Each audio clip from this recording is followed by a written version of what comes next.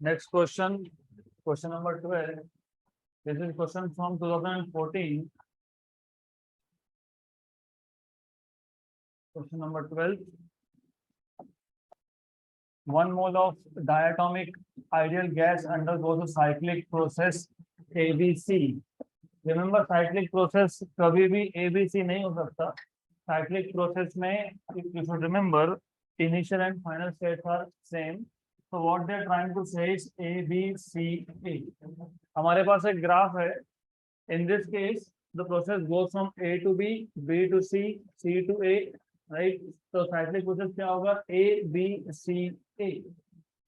So always remember, जब cyclic process ये word use हुआ हो, तो initial and final states are same.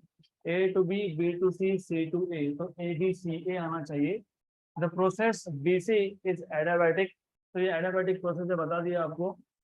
The temperature at A, B and C, A 400, B 800, C 600 Kelvin. Choose the correct statement. The change in internal energy in the whole cyclic process is 250 R.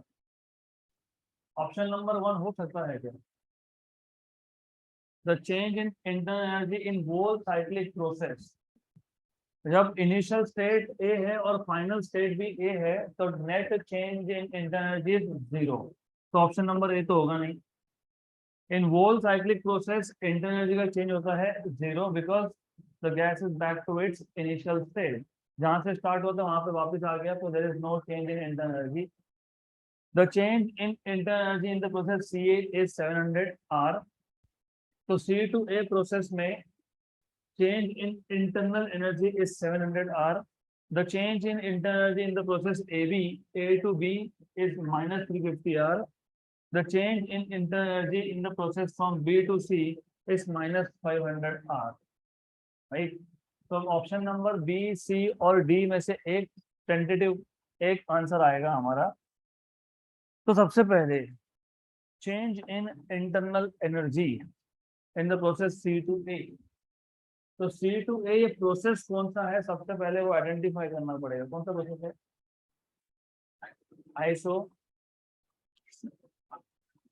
Isobaric, because this is operating at constant pressure. तो जब भी isobaric process हो, तो change in internal energy is equal to n CP delta T. Correct. And diatomic ideal gas बोला है और 1 मोल दिया है. 1 मोल मतलब n equal to 1. Diatomic gas का Cv वैल्यू होता है 5R/2, Cp वैल्यू होता है 7R/2. तो 7R/2. Correct. Now clear. Delta T is final temperature minus initial temperature. Final temperature is 400 क्योंकि process is C to A. Initial temperature is 600. 400 minus 600, तो ये आ जाएगा 7R/2 इंटू माइनस 200. 1 एंड 100, तो minus 700R. Correct. Option number B में plus 700R दिया है. हो सकता है मे बी, शायद मैग्नीट्यूड बताया हो, मे बी माइनस साइन रह गया हो, पॉसिबल. तो यू कैनॉट कंप्लीटली से कि ऑप्शन नंबर बी नहीं आएगा. पॉसिबिलिटी है ऑप्शन नंबर बी आने की. The change in internal energy in the process A to B. A to B is isochoric process. जब प्रोसेस आइसोकोरिक हो तो फॉर्मूला ये सेम होता है. Only thing is that you will have N CV D T. तो N CV delta T, N CV D T एक ही बात है. N is 1, Cv is 5R/2 क्योंकि ये रिजिड डायटोमिक गैस है, तो 5R/2. dt is again 400 minus 600. बराबर. करेक्ट है. चेक कर लो एक बार. You have to check. A to B मतलब final temperature is 800, initial is 400. तो क्या आएगा ये 800 minus 400. So final temperature is 800, initial temperature is 400. How much is this? 5R/2 और ये 400. 1 and 200 मतलब कितना? 1000 R। तो ऑप्शन नंबर सी नहीं हो सकता, you cannot have option number C. Check option number D, the change in internal energy in the process BC is minus 500 R, B2C minus 500 R। अब B2C ये एडियाबैटिक प्रोसेस है, it is already mention. तो जब जब adiabatic process में mention किया हो तो डेल्टा U आप ना NCP डेल्टा टी कर सकते हो ना NCV डेल्टा टी कर सकते हो, क्योंकि एडियाबैटिक प्रोसेस में दोनों ही कांस्टेंट नहीं है, both are changing, look at the graph, pressure and volume both are changing। तो डायरेक्टली तो NCP डेल्टा टी या NCV डेल्टा टी चलेगा नहीं। तो first law of thermodynamics, Q equal to du plus dw, but adiabatic process में Q is 0, तो du plus dw। हमको find करना है du, तो du equal to minus dw। What is work done in adiabatic process in terms of change in temperature, nr upon 1 minus gamma T final minus T initial। ये process B2C है, remember this process is B2C। इसका मतलब final temperature is TC and initial is TB।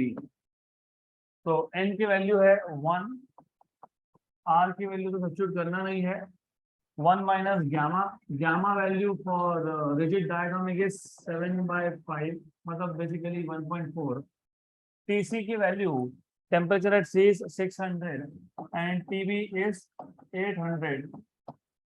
तो ये आ जाएगा आपके पास what is 1 minus 2/5, minus minus हो जाएगा प्लस, और ये हो जाएगा 200, this is 1 and this is 100 500 R। कितना आया 500 R, बराबर।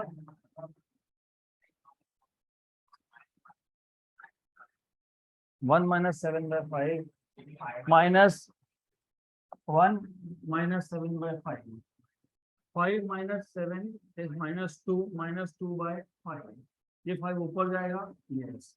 600 में से 800 गए तो माइनस 200 आएंगे, ठीक है, माइनस, ठीक है, minus, okay that's it, minus 500 R। तो माइनस 500 R आएगा आंसर, है क्या? Yes, the change in internal energy in the process from B to C is minus 500 R। एक बार कैलकुलेशन वेरीफाई कर लो, नहीं तो वापस गड़बड़ हो जाएगी।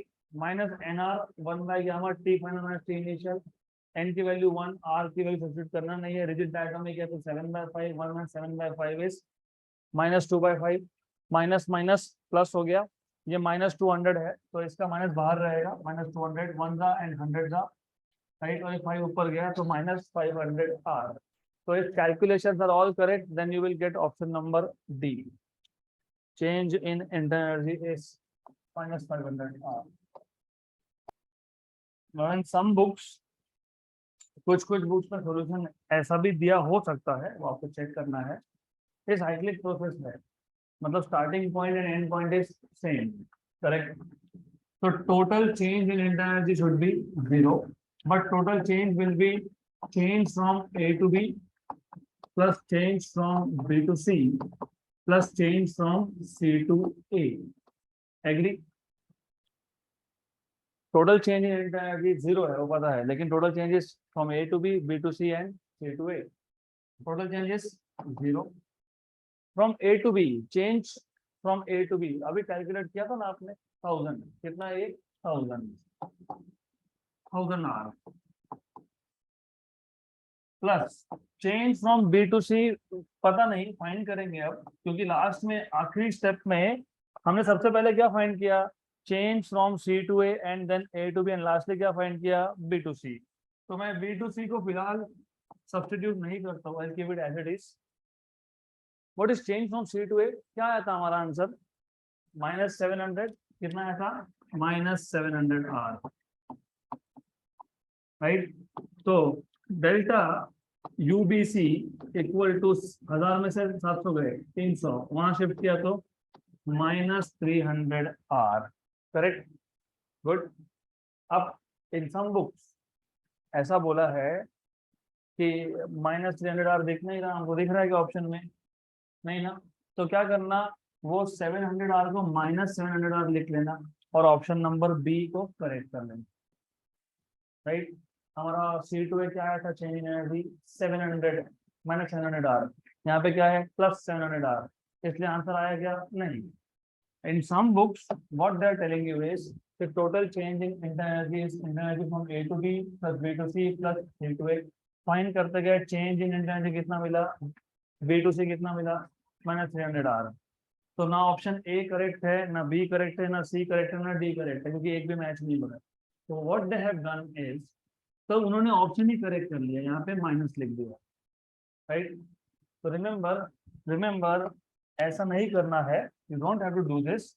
तो फाइंड फ्रॉम एडियाबैटिक, क्योंकि बोला है एडियाबैटिक, एडियाबैटिक में क्यू क्या है 0, तो डी यू क्या आएगा माइनस डी डब्ल्यू क्या है n R minus gamma final temperature minus initial temperature.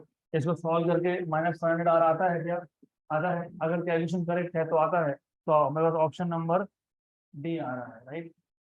Next question,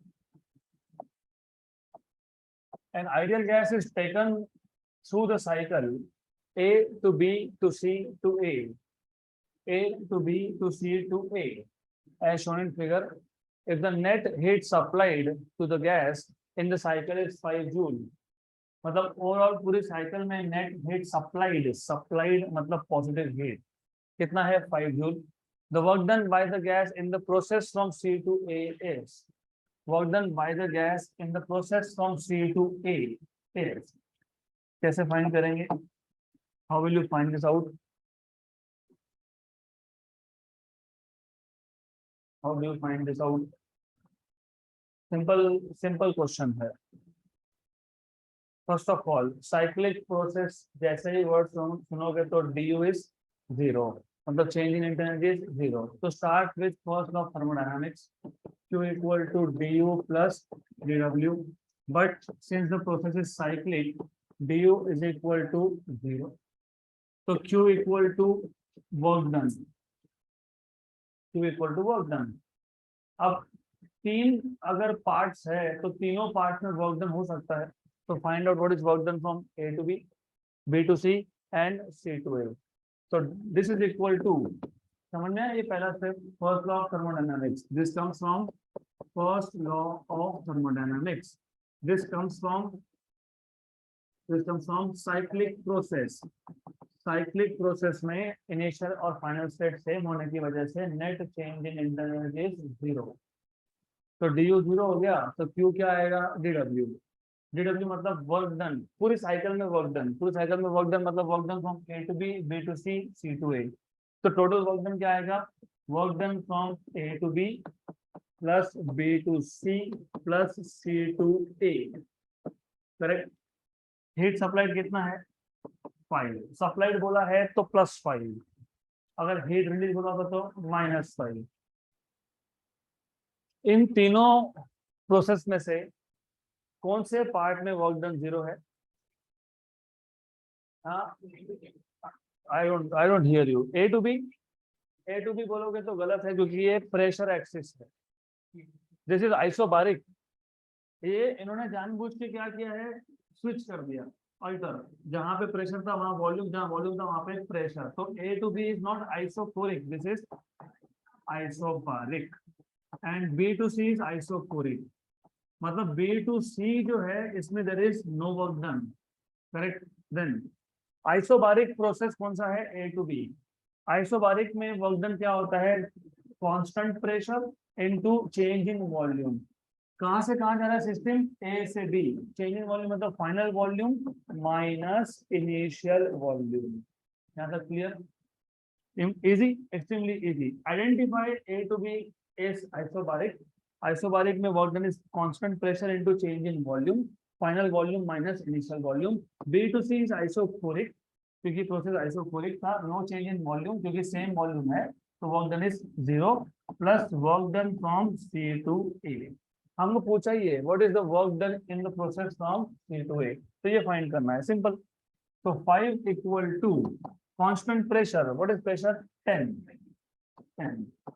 final volume 2 and initial is 1, और ऊपर कुछ दिखा है क्या, नहीं, मीटर क्यूब है, तो 2 minus 1 plus work done from C to A।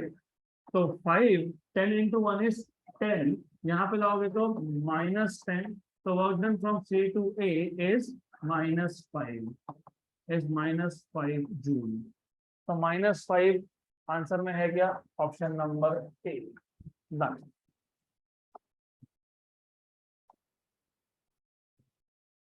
Next question, next question. Which of the following graphs correctly represents the variation of beta? Variation of beta, और beta क्या दिया है? Minus dv by dp by v. Which of the following graphs correctly represents the variation of beta with pressure? लेकिन beta क्या है? Minus dv by dp by v for an ideal gas at constant temperature. So how do you find variation of beta with pressure? सबसे पहले they have mentioned something at constant temperature. Constant temperature में कौन सा law applicable होता है? Boyle's law. मतलब you start with PV equal to constant, take derivative on both sides, derivative of pressure into volume and derivative of constant. What is derivative of constant? 0. What is derivative of P into V? T as it is, derivative of V plus V as it is, derivative of T equal to 0. Minus dv by dp, तो एक काम करेंगे, इसको वहां shift कर देंगे, तो v dp equal to minus P dv। Again shift this there, shift कर दो उसको, तो माइनस dv by dp। पहले हम dv by dp एडजस्ट कर लेते हैं, ये आ गया dv by dp। अब minus dv by dp by v, तो 1 equal to minus p dv by dp by v। ये v को भी वहां पे शिफ्ट कर लिया, करेक्ट? ना तो क्लियर? अब ये जो p है, इस p को लेफ्ट हैंड साइड में लेके आ गए, तो 1 by p minus sign is dv minus dv by dp by v। ये कौन है? बीटा। तो beta is inversely related to pressure. 1 upon P equal to beta, मतलब beta is reciprocal of pressure. Reciprocal बताओ, एक ही ऑप्शन है, हे pressure increase होगा तो बीटा डिक्रीज होगा, बाकी तो कुछ हो नहीं सकता, राइट? ऑप्शन नंबर ए। डन।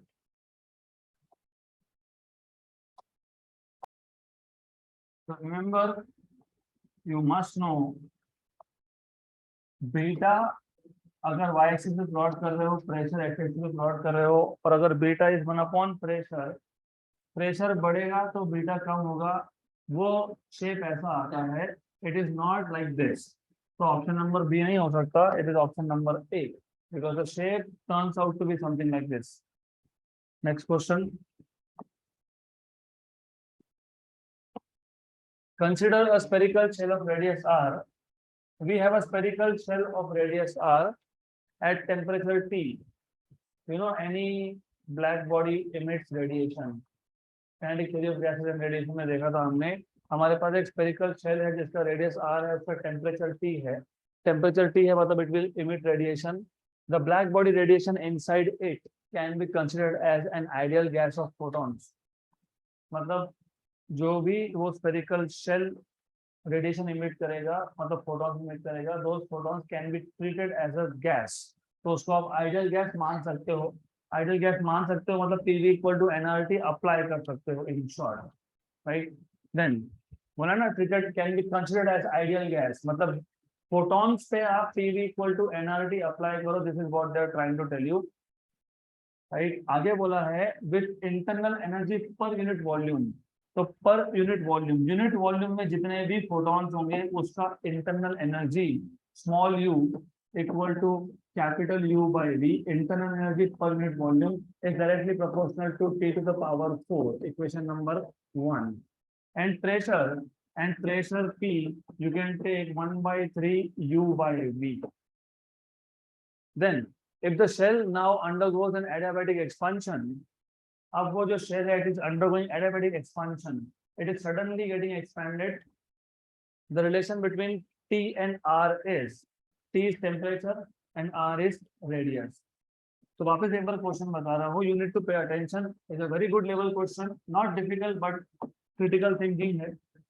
तो you have a shell which is at some temperature T, it will emit radiation, and the radiation trapped inside the shell can be considered as ideal gas. मतलब PV equal to nRT apply कर सकते हो.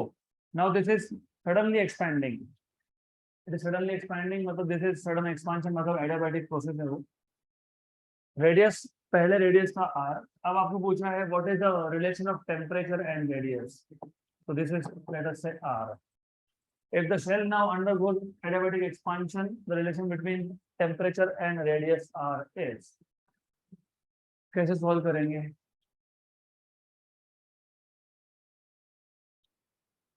कैसे solve करोगे? How will you relate T and R? R is radius. R लाना है तो volume लाना पड़ेगा इक्वेशन में. वॉल्यूम क्यों? क्योंकि शेल का वॉल्यूम कितना होता है? 4/3 R क्यूब, बराबर? 4/3 R क्यूब ना, 4/3 पाई R क्यूब. तो 4/3 पाई R क्यूब होता है. तो 4/3 पाई R क्यूब मतलब volume is proportional to R cube.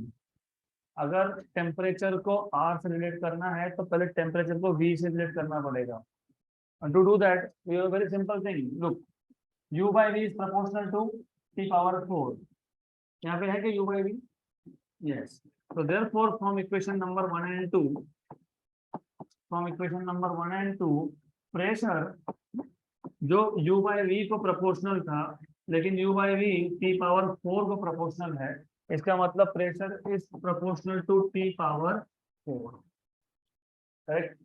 अब आगे बोला है कि वो फोटॉन्स को आइडियल गैस जैसा समझ लो, तो समझ लो PV equal to nRT, right. तो but from ideal gas equation PV equal to nRT, मतलब P equal to nRT by V, मतलब pressure is proportional to n constant, R constant, T by V. अब बोलो यार कैसे constant हो गया? Expansion है, सडन एक्सपेंशन है. सडन एक्सपेंशन जो होता है वो नॉन इक्विलिब्रियम होता है, मतलब आपको इनिशियल रेडियस तो पता है, फाइनल कुछ पता नहीं. सडन एक्सपेंशन, तो you can practically neglect R here. तो P is proportional to T by V, equation number 4. Equation number 3 आपको बताता है P is proportional to T⁴. Equation 4 बताता है P is proportional to T by V, मतलब equation number 3 and 4. तो from equation number 3 and 4 क्या आएगा? T⁴ is proportional to T by V. एक T कैंसल, तो T³ is proportional to V, but V itself is proportional to R cube, पता है ना. But volume of a sphere is 4/3 pi R cube. Therefore, volume is proportional to R cube. Therefore, P cube is proportional to 1/V. V is proportional to R cube. Therefore, T cube is proportional to 1/R cube. Therefore, T is inversely proportional to R. T is inversely proportional to R. Option number C.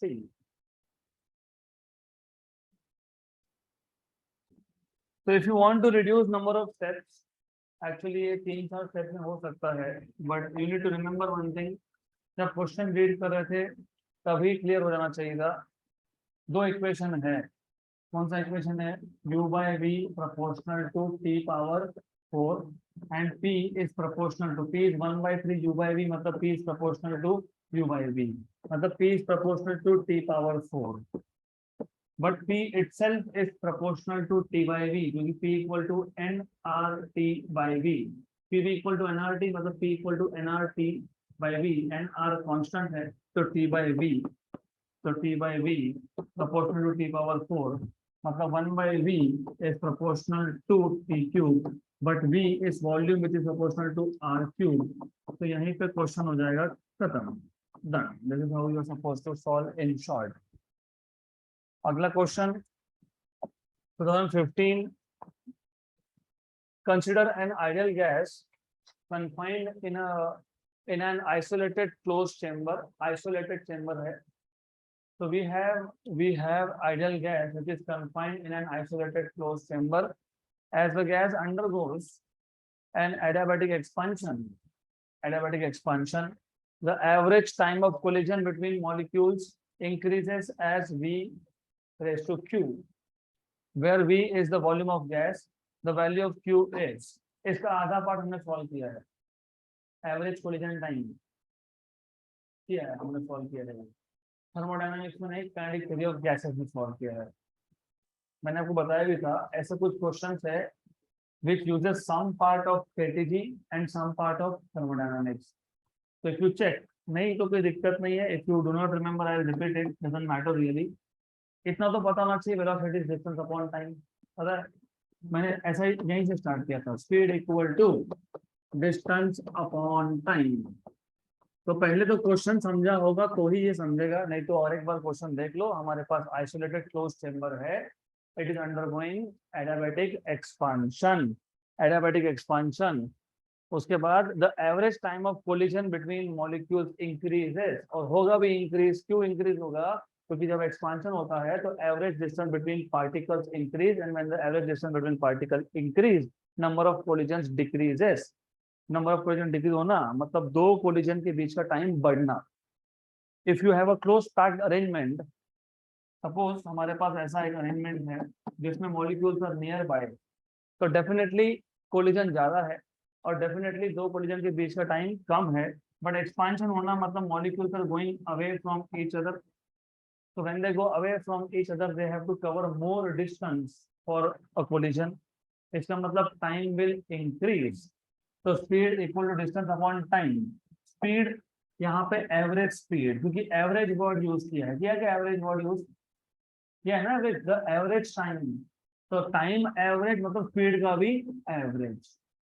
Distance, distance between two successive collision is mean free part, average free part upon time of collision को हम denote करते हैं tau से, याद होगा इसको बोलता है average time between two collision. इन्होंने बोला है average time between two collisions increases as V raised to Q, where V is volume of the gas, the value of Q is. So tau equal to lambda upon V average.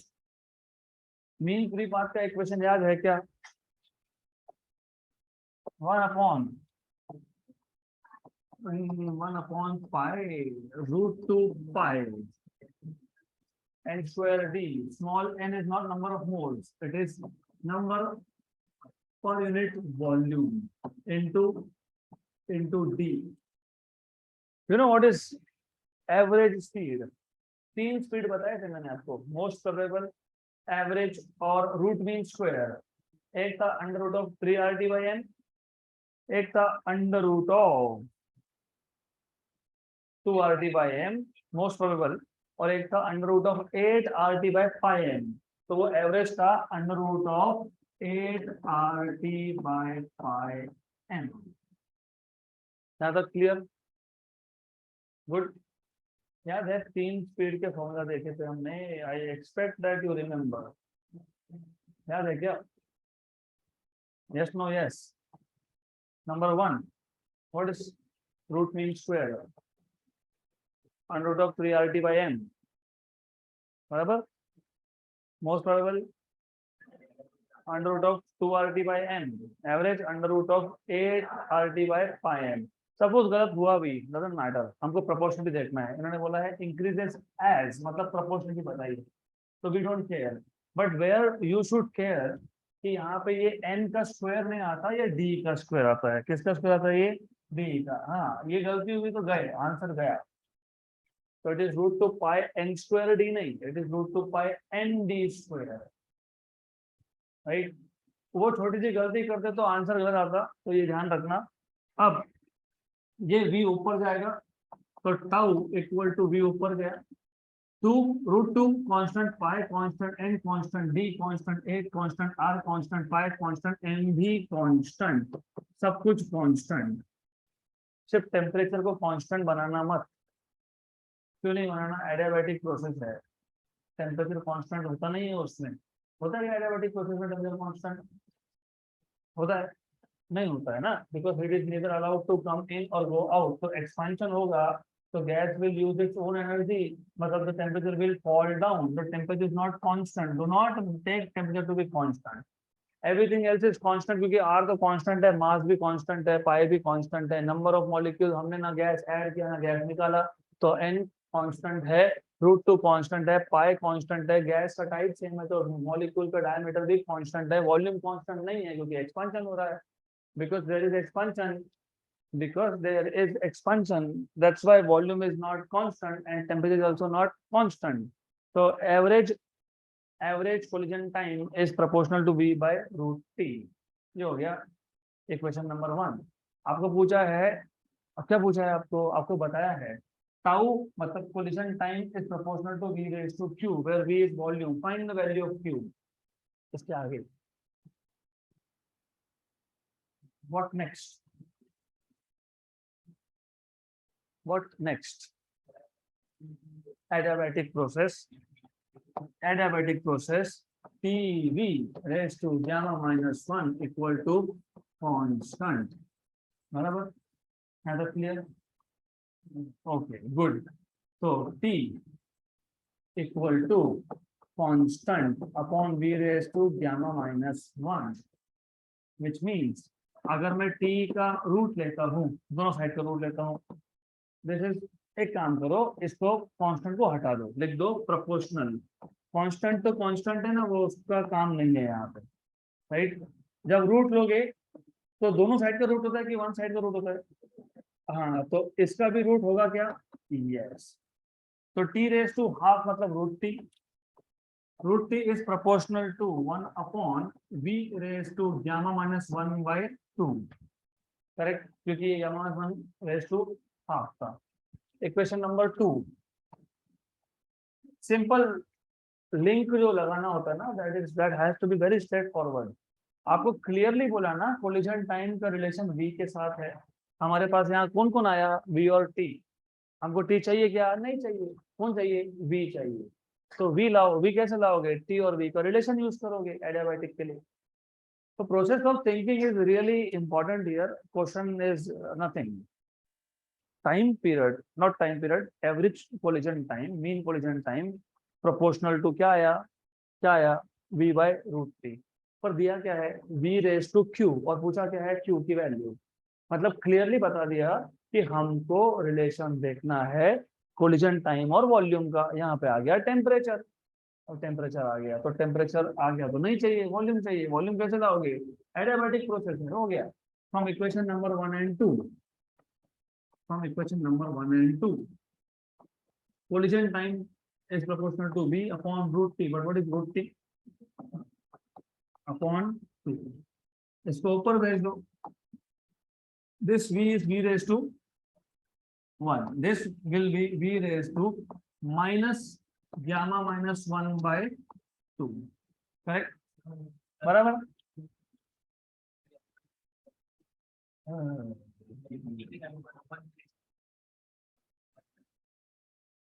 ये √t है, √t is 1 upon, तो 1 upon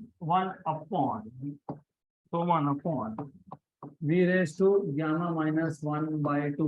अब ये ऊपर जाएगा, अभी minus आएगा plus आएगा, पक्का, श्योर श्योर। जब बेस सेम होता पावर का क्या होता है, एडिशन होता है, ओके एडिशन करो, एडिशन बताओ क्या आएगा, v raised to 1 plus gamma minus 1 by 2, correct, ऐसे आएगा ना।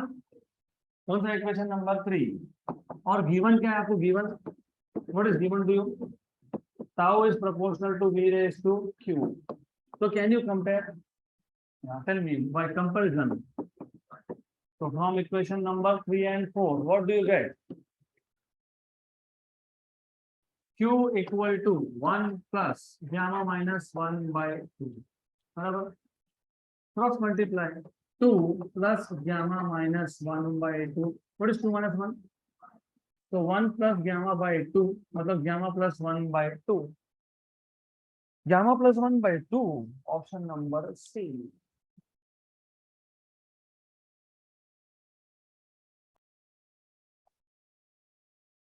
next question, so before we go ahead to next question, two possible sources of error। एक तो मैंने बताया ये n by v स्क्वायर नहीं होता है, d स्क्वायर होता है। दूसरा root two is inversely proportional, तो यहाँ पे डायरेक्टली प्रोपोर्शनल डाल दिया तो आंसर गलत आएगा। इन दैट केस यहाँ पे माइनस आएगा, तो 2 minus gamma minus minus plus 1, 2 minus gamma minus minus plus 1, तो 1 minus gamma by 2, 1 minus gamma by 2 तो नहीं है, लेकिन गामा माइनस 1 बाई 2 है, तो चेक कर लेना एक बार। Next question, a diatomic ideal gas is used in a Carnot engine as working substance if during adiabatic expansion part, you know, Carnot engine has adiabatic expansion, isothermal expansion, adiabatic compression, isothermal compression, right? तो चार parts है। तो during adiabatic expansion सबसे पहला होता है isothermal, फिर होता है एडियाबैटिक, फिर होता है एक्सटर्नल, फिर होता है एडियाबैटिक। तो सेकंड स्ट्रोक में, सेकंड पार्ट में, the volume of the gas increases from V to 32 V. The efficiency of the engine is, simple question है, efficiency of any heat engine is 1 minus T2 by T1, 1 minus T2 by T1. Now you should know कि T2 T1 तो पता नहीं, source of still temperature दिया नहीं, लेकिन TV raise to gamma minus 1 equal to constant, मतलब T1 V1 raise to gamma minus 1 equal to T2 V2 raise to gamma minus 1, which means from here T2 by T1 is V1 by V2 raised to gamma minus 1। V1 की value V है, V1 की value कितनी है, V है, और V2 कितना है, 32 V है। गामा की वैल्यू कितनी है, 1.4 है, क्योंकि रिजिड डायटोमिक मतलब 1.4, डायटोमिक मतलब रिजिड डायटोमिक। अगर नॉन रिजिड है तो स्पेसिफिकली मेंशन करते हैं, नहीं किया मतलब you should understand. We cancel, 1 by 32 मतलब 2 raised to 7, बराबर, 2 raised to 5, very good, 2 raised to 5, और ये 0.4, 0.4 मतलब 4 by 10, 4 by 10 मतलब 2 by 5। हमारा काम आसान हो गया, क्योंकि 1 raised to anything is 1, 2 raised to 5 और ये 2 by 5, 5 5 कैंसल, तो 2 raised to 2 is 4, तो ये 5 और ये 5 हो गया कैंसल, तो 1/2 स्क्वायर दैट इज 1/4, तो 1/4, तो T2 by T1 is 1/4, तो फ्रीक्वेंसी इज 3/4, 1 minus 1/4 मतलब 3/4, 3/4 मतलब 0.75, option number C.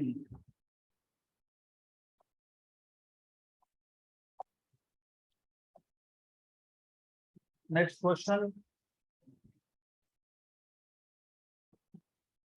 the work of 146 kilojoule is performed मतलब work is done on the system, मतलब नेगेटिव वर्क ना, work done on the gas negative होता है, इज परफॉर्म मतलब gas पे हमने किया तो वो नेगेटिव आएगा, क्योंकि अगर नेगेटिव नहीं लोगे तो आंसर नहीं आएगा, सिंपल।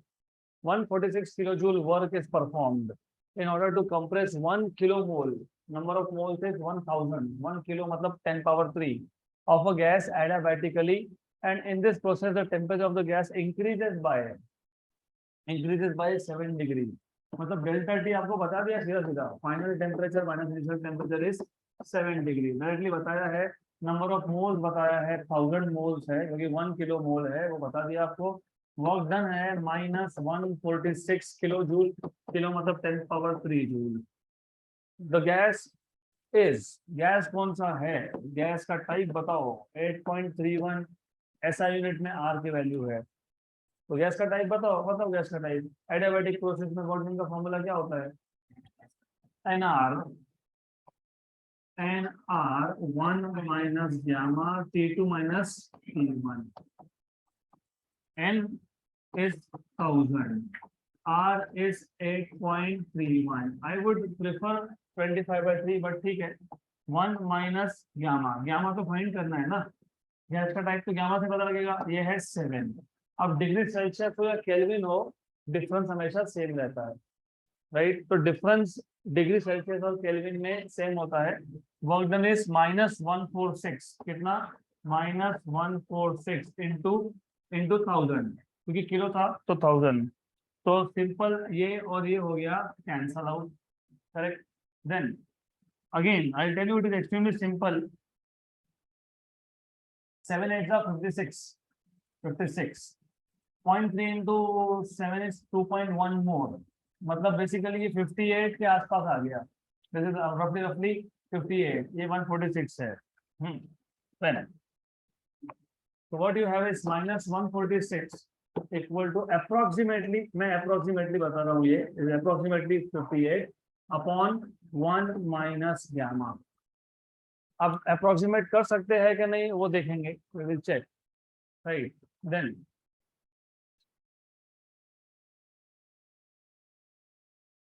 अच्छा आगे क्या करोगे, क्या करेंगे, पहले तो कैलकुलेशंस अप्रोक्सीमेट करना है कि नहीं वो डिसाइड करो। हमने क्या लिखा 58, क्या था हमारे पास 8.31 इंटू क्या था 7, कितना आ गया 58, right? Divided by 146, divided by 146 कितना आ गया 0.4, 0.3 मतलब 0.4। तो 1 माइनस गामा, ये माइनस साइन के साथ वहां गया, तो माइनस 58 बाय 146 रफली 0.4 है, अप्रोक्सीमेटली 0.4 माइनस 0.4 है। तो फिर गामा क्या आएगा, गामा यहाँ पे पॉजिटिव, वहां वो पॉजिटिव 1 प्लस 0.4, मतलब कौन सा, diatomic, option number D.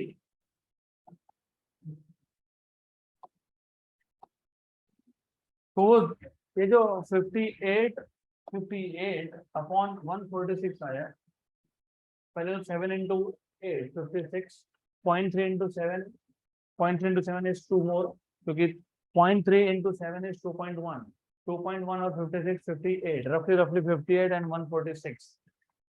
Calculations का तरीका आपको चेंज करना ही पड़ेगा, otherwise it will take a lot of time. 58 by 146 बराबर।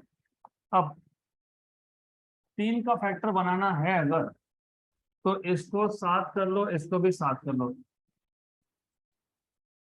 12 मतलब factor of 3, 1 plus 4 5 plus 7 12 factor of 3, this is 319 का, दिस इज 49 का। होता है क्या 49 का, हाँ होता है। 30 30 30 30 4 बार 120 और 27 9 बार 49, नहीं तो क्या है 3 इंटू 50, पता है 3 इंटू 50 150, ये कितना था 147, राइट? मतलब 49 आ गया क्या, अगर 19 को 20 बना दो, 49 को 50 बना दो, इसको 40 कर दो, डबल डबल 2 से मल्टीप्लाई डिवाइड, इसको 100 कर दो। व्हाट इज दिस 0.4, तो मैंने इसलिए बोला 0.4 आता है, पता होना चाहिए। तो calculation you will have to, and it will come only with practice, जितने क्वेश्चन सॉल्व करोगे उतना कैलकुलेशन बढ़ेगा, फास्ट होगा। An ideal gas expands isothermally from a volume V1 to V2 and then compressed to original volume V1 adiabatically। हमने इस type का question पहले भी सॉल्व किया है, पर वो था इन टर्म्स ऑफ इक्वेशन। अब मैं सॉल्व करके दूंगा इन टर्म्स ऑफ ग्राफ, मतलब सॉल्व करना ही नहीं है हमने, directly. Initial pressure is P1, final pressure is P3, the total work done is W। तो टोटल वर्क डन मतलब नेट वर्क डन, दोनों प्रोसेस मिला के। You can also solve this with the help of equation, yes, but we don't want to do it। कहीं से तो gas ने start किया होगा ना, from somewhere it starts। Initially the gas expands isothermally, ये एक्सपांशन है, ये A स्टेट है, ये B स्टेट है। इनिशियल प्रेशर बोला है P1, क्या बोला है P1, ये प्रेशर P1 है, क्योंकि y एक्सिस पे क्या प्लॉट करते हो, प्रेशर। तो ये प्रेशर एक्सिस था, ये वॉल्यूम एक्सिस है, this is pressure P1। Work is done by the gas, positive work, बराबर। फिर क्या बोला है, फिर उसको एडियाबैटिकली कंप्रेस किया, पहले आइसोथर्मली एक्सपांड किया, फिर एडियाबैटिकली कंप्रेस किया। कहाँ लेके गए उसको एडियाबैटिकली कंप्रेस करके, सेम इनिशियल वॉल्यूम पे।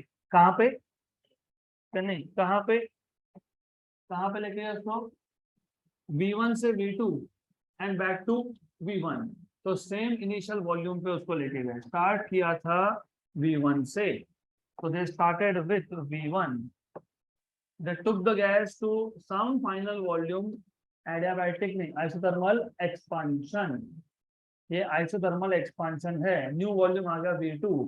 फिर क्या बोला है, इसको वापस कंप्रेस कर दो, कंप्रेस कर दो, लेकिन कंप्रेशन कैसा होना चाहिए, एडियाबैटिक। एडियाबैटिक का कर्व ज्यादा कि आइसोथर्मल का ज्यादा, एडियाबैटिक कैसा थर्मल, एडियाबैटिक का स्लोप ज्यादा है, कर्व ज्यादा मतलब स्लोप ज्यादा है ना, कर्व ज्यादा मतलब स्लोप ज्यादा, this is how it they से इट। तो ये करेक्ट है क्या, बराबर है ना।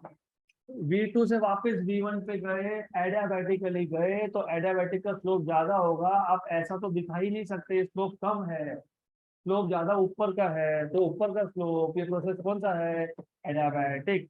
अब मुझे बताओ, एक्सपांशन में work done by the gas positive लेते हो कि नेगेटिव लेते हो, पॉजिटिव। और कंप्रेशन में work done on the gas positive होता है कि नेगेटिव होता है, एक्सपांशन में वर्क ज्यादा हुआ कि कम हुआ, कम हुआ, क्योंकि एरिया अंडर द कर्व क्या है, कम है, तो पॉजिटिव वर्क कम है और नेगेटिव वर्क ज्यादा है। तो +2 - 4 कितना होता है, तो पॉजिटिव वर्क कम नेगेटिव वर्क ज्यादा, तो नेट वर्क नेगेटिव हुआ कि पॉजिटिव हुआ, तो वर्क डन <0 हुआ कि <0 हुआ। हाँ, तो <0 ढूंढो, ऑप्शन नंबर बी और सी दोनों में से एक, तो ये नहीं आएगा, ये नहीं आएगा। ऊपर से ये जो फाइनल प्रेशर है ना, फाइनल प्रेशर कितना बोला, फाइनल प्रेशर P3, ये P3 P1 से ज्यादा है कि कम है, ज्यादा है, तो ऑप्शन नंबर सी है, डन।